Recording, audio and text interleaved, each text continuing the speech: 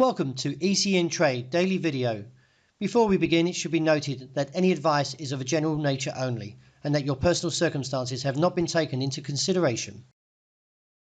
Well, my name is Rob Clayton and thank you for joining me. The Australian dollar remains under pressure at the start of the week as the US dollar strengthens on shifting expectations for the US Federal Reserve's interest rate outlook.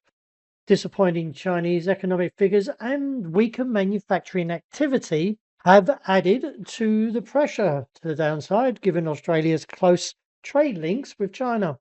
Looking ahead, though, US CPI in the immediate focus, followed by Kevin Warsh's first congressional testimony as Fed chair. Markets will be watching how he interprets the latest inflation figures and what they could mean for the direction of the US interest rates and the US dollar.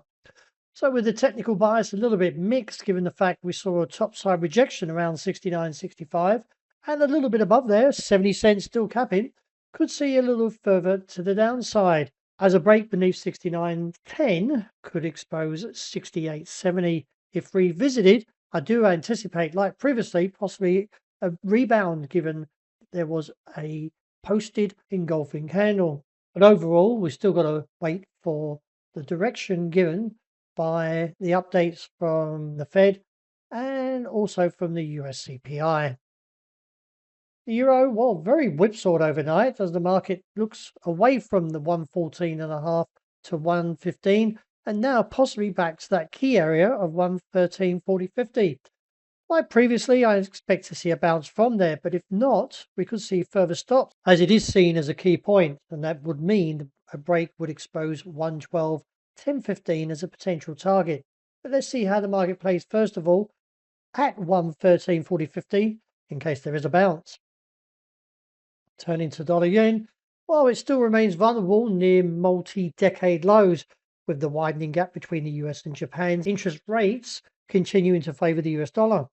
Rising energy costs are another concern for Japan, while the possibility of intervention increases as dollar yen pushes further to that key level, which is seen roughly around 162.6085.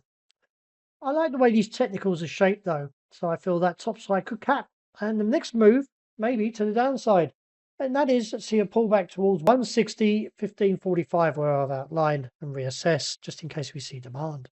The British pound has extended its decline for a second session as supply pressure builds and the US dollar strengthens.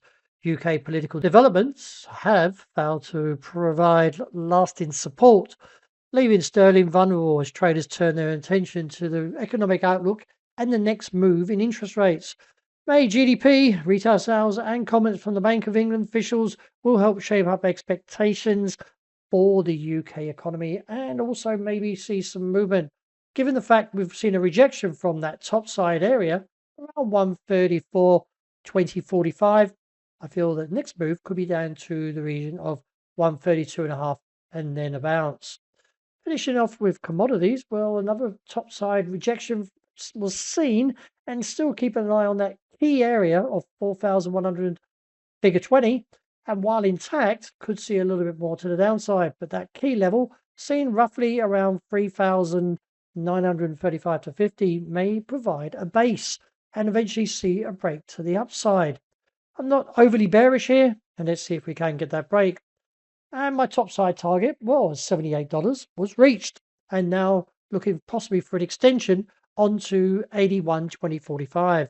A break there would give concerns onto $85 a barrel with any pullback. Well, as long as we don't break beneath 75.40.65, the bulls will continue to keep the focus on the upside. Well, that's a wrap. Thank you for joining me. And as always, look out for the intraday report. And hope you enjoyed a great start to the day.